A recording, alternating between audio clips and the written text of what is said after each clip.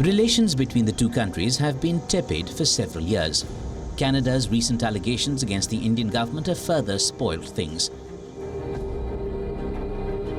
In the month of September, on the sidelines of the G20 summit in New Delhi, Justin Trudeau, who had a rather subdued trip to India, had a meeting with Indian Prime Minister Narendra Modi.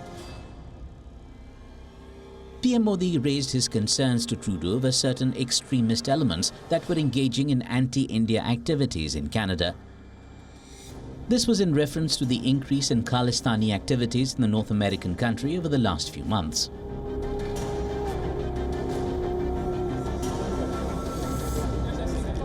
Canadian Prime Minister Justin Trudeau claimed he has credible information linking India to the killing of Hardeep Singh Nijjar.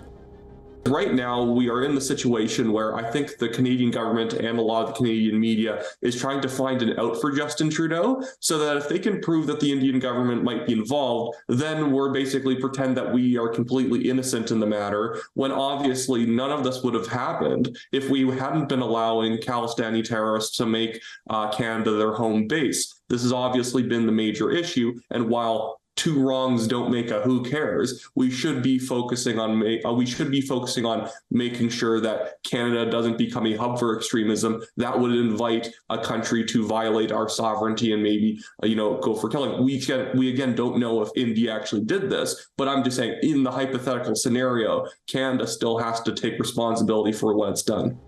Trudeau told an emergency session of the parliamentary opposition that his government is actively pursuing evidence of a link between India and the killing of Hardeep Singh Nijjar, a Canadian citizen. Right Honourable Prime Minister.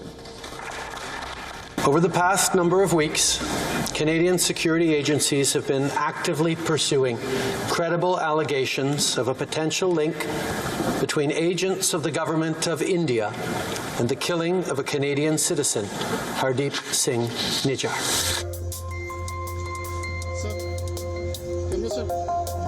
Meanwhile, India has vehemently denied any involvement in Nijjar's killing and called the allegations absurd and motivated, triggering a huge diplomatic row between the two countries. We have been sharing details of fugitives from justice who have run away, who are seeking safe havens in Canada and elsewhere, to come back to India and face justice and justice, whether it's economic fugitives or as terrorists. I think that's the way rule of law works. I don't even know what else to tell you how to handle. Easier would be if the host governments, where they're seeking safe havens, take action against such terrorists. Hardeep Singh Nijjar was the head of the Guru Nanak Sikh Gurudwara Sahib in Surrey, Canada, and the chief of the separatist organization called Khalistan Tiger Force, or KTF. Nijjar was known for his advocacy of the creation of an independent Sikh nation, Khalistan, that would include parts of India's Punjab state, and India had declared him a wanted terrorist. In February 2023, India's Ministry of Home Affairs notified KTF as a terrorist organization under the Unlawful Activities Prevention Act. India's National Investigation Agency, or NIA, had also declared a cash reward of 10 lakh rupees, or more than 16,000 Canadian dollars, for Nijjar. On the 18th of June this year, Nijjar was killed after being shot by unidentified assailants on the premises of a Gurudwara in Canada.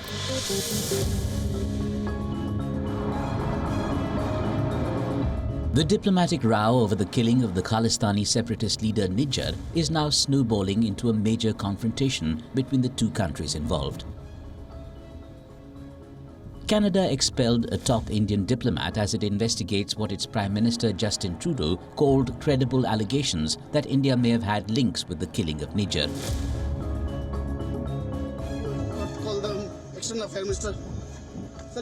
India, in retaliation, ordered a senior Canadian diplomat to leave the country within 5 days.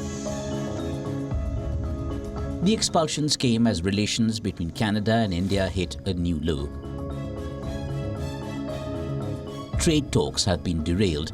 Canada recently cancelled a trade mission to India that was planned later this year.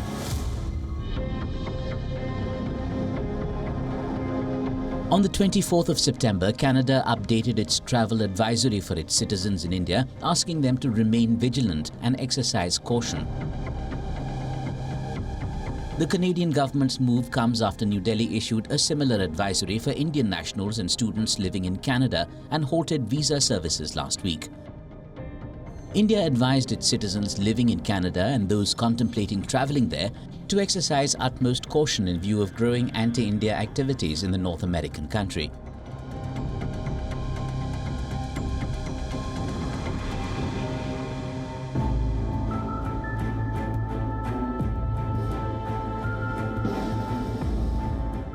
Canadian Prime Minister Justin Trudeau's allegations against India haven't found many takers on the global stage.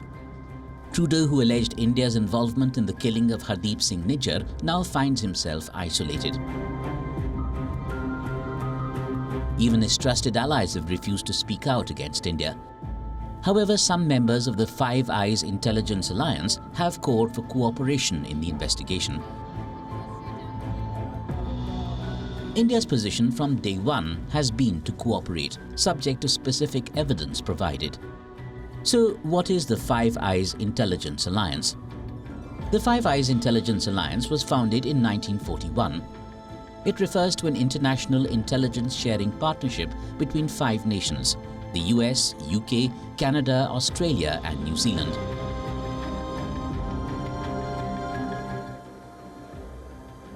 These partner nations exchange a wide spectrum of intelligence within one of the world's most tightly knit multilateral agreements as part of the collaboration.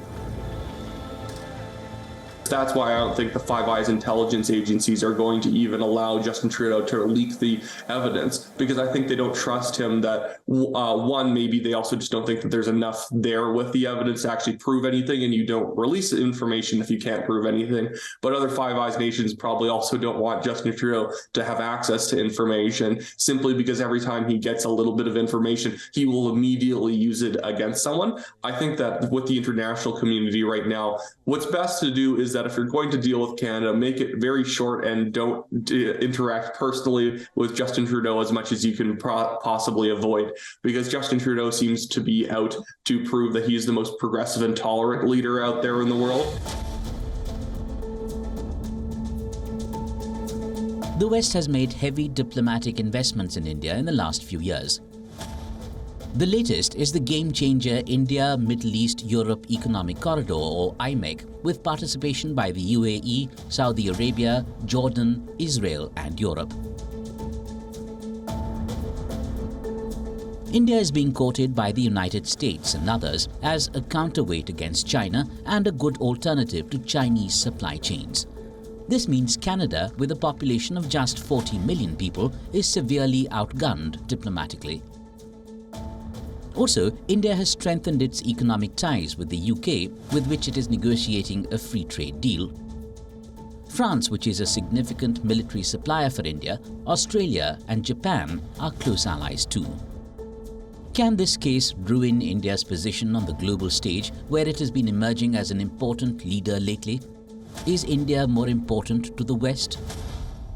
Principally, we're talking about the United States, which has taken the position that we must keep India within the family of Western democracies or closely related, that we must keep India close as a counterweight to the rise of China.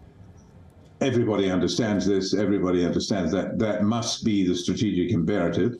That's certainly something that Mr. Biden understands. Biden wants not just to keep India happy, but also to keep India happy within the Western embrace.